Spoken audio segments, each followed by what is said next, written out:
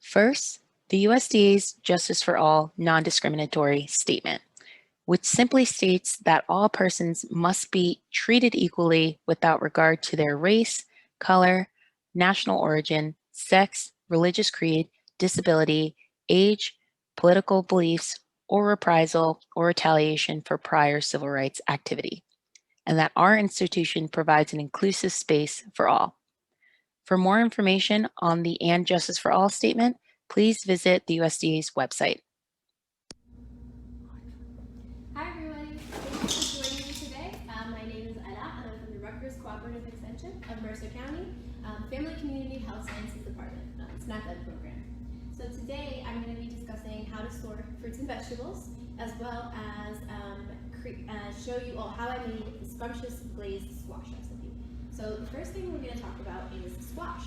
So I have a few variety of winter squash in front of me here.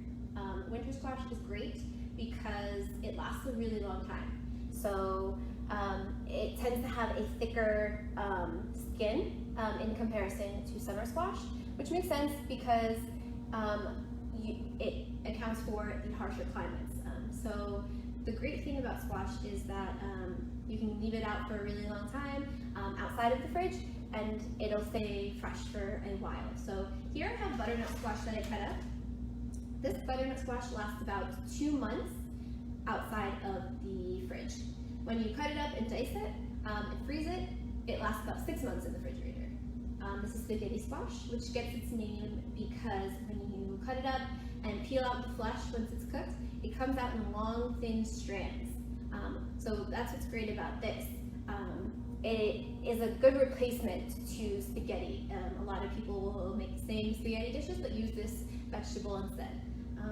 And then here we have, so this one outside of the fridge, before I move on to this one, lasts about 1 to 2 weeks outside of the fridge, and then 6 months frozen.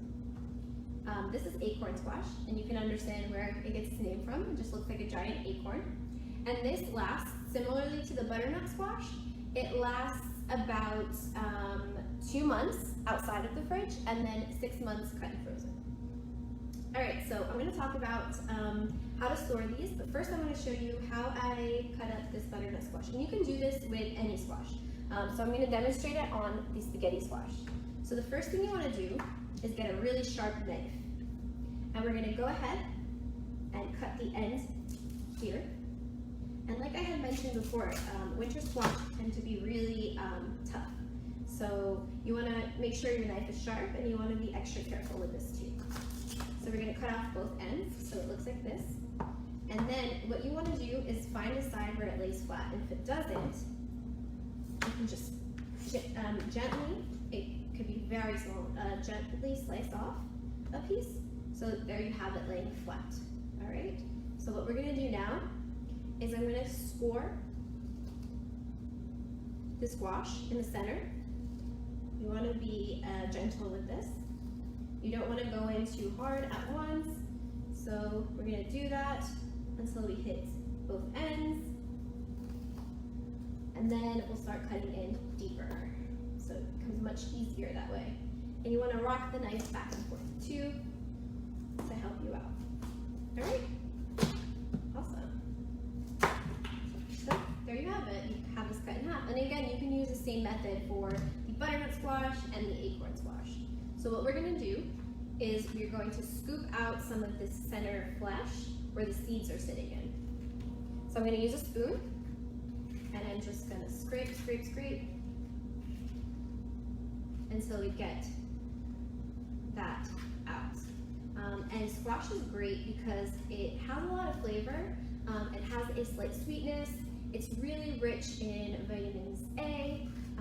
It's a good source of vitamin C, and has a lot of fiber too, which is really great for our digestive system. So we're going to go ahead and do that to this side. And you don't have to throw out this, throw out the seeds. You can actually rinse this off, and then you can use the seeds to roast them as a snack. So let them dry off once you've rinsed them. You can season them with a little salt, pepper, and some fresh herbs, or dried herbs rather. And here you have a really heart-healthy snack. All right, so there you go. Once you have that all scooped out, you can go ahead and grab a cookie sheet. So I'm going to use the same one here, and I'm going to grab some oil. So we're going to put this all on our cookie sheet along with the butternut squash we prepped earlier, and then I'm going to throw on some oil here. Okay, and I have vegetable oil. Next thing I'm going to do is some black pepper. And I love a lot of black pepper, so I'm going to be generous with this. I like that heat. And then we're going to go ahead and grab some salt. We don't need too much salt. I'm just going to put a little bit. And then you can use whatever spices that you like. If you like some garlic powder, feel free to do that. Chili powder, paprika.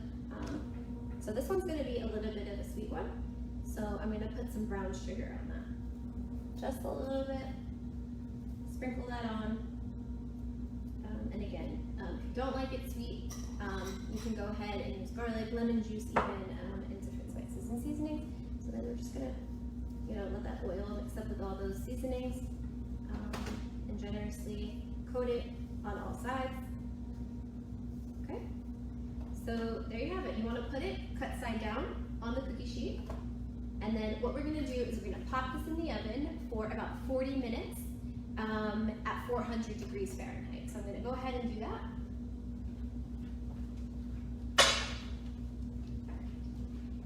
I'm back, and now I want to talk about how to store some of these vegetables. So, like we said, they'll last a really long time outside of the fridge and outside of the freezer, but if you want it to last even longer, you can do a few things to have them last up to 6 months in the freezer.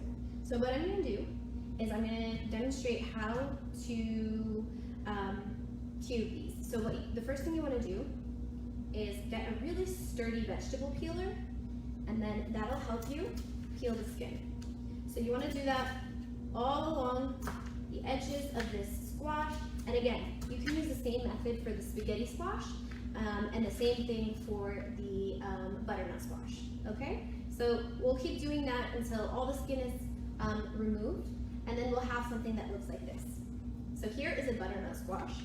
Once you have it looking like this and cut up into certain portions, you can go ahead and start cutting them into about 1-inch pieces. So I'm going to go ahead and do that now. And you can see that with the squash, you get a lot out of it. So you might not use it all at once. That's why it's great to do this tip and keep it in the freezer for you to have it longer and not make it all at once if you think it's going to go bad or people aren't going to eat it. All right. So there you go. There we have our bite-sized 1-inch pieces. So you can see that this all came from one butternut squash, by the way. So again, you can see it makes a lot. So I'm going to go ahead and just put that there for now. And then the next thing you want to do is you want to lay the squash out onto a baking sheet. So I have this one laid out already. And you want to make sure they're not all in one pile, because what we're going to do is we're going to put this in the freezer just as it is. So I had already done this. So these are actually frozen. So the reason we do this is that they don't all stick together and become one lump. They freeze separately, and then we're going to throw them actually in a freezer bag. So I have here a labeled freezer bag. You can see it says today's date, which is October 1st, 2020, and then it says butternut squash. So this is what we're going to put all our butternut squash in, and then this is a freezer bag. We're going to throw this in the freezer.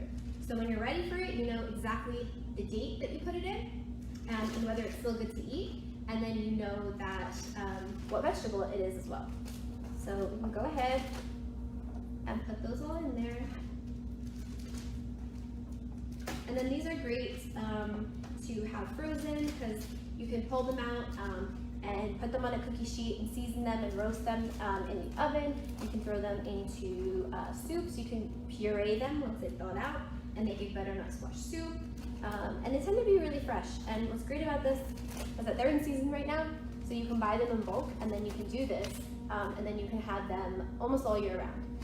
So they'll last a really long time, and They're really, really nutrient dense, lots of good nutrients that we talked about for you, and they tend to be pretty low in calories, right? So I prepped a squash earlier today, so we don't have to wait 40 minutes for that. So let's grab that.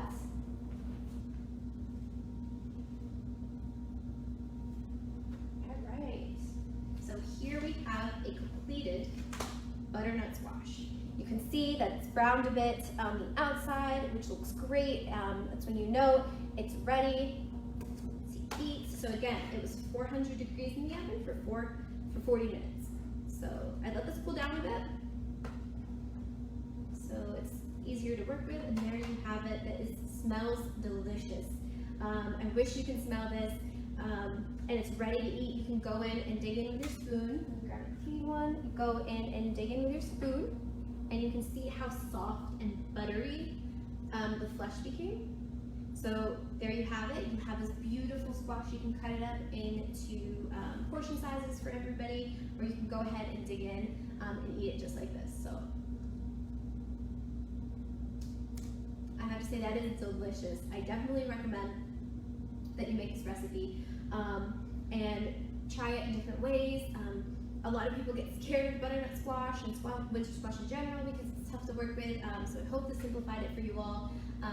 And thank you so much for joining me today.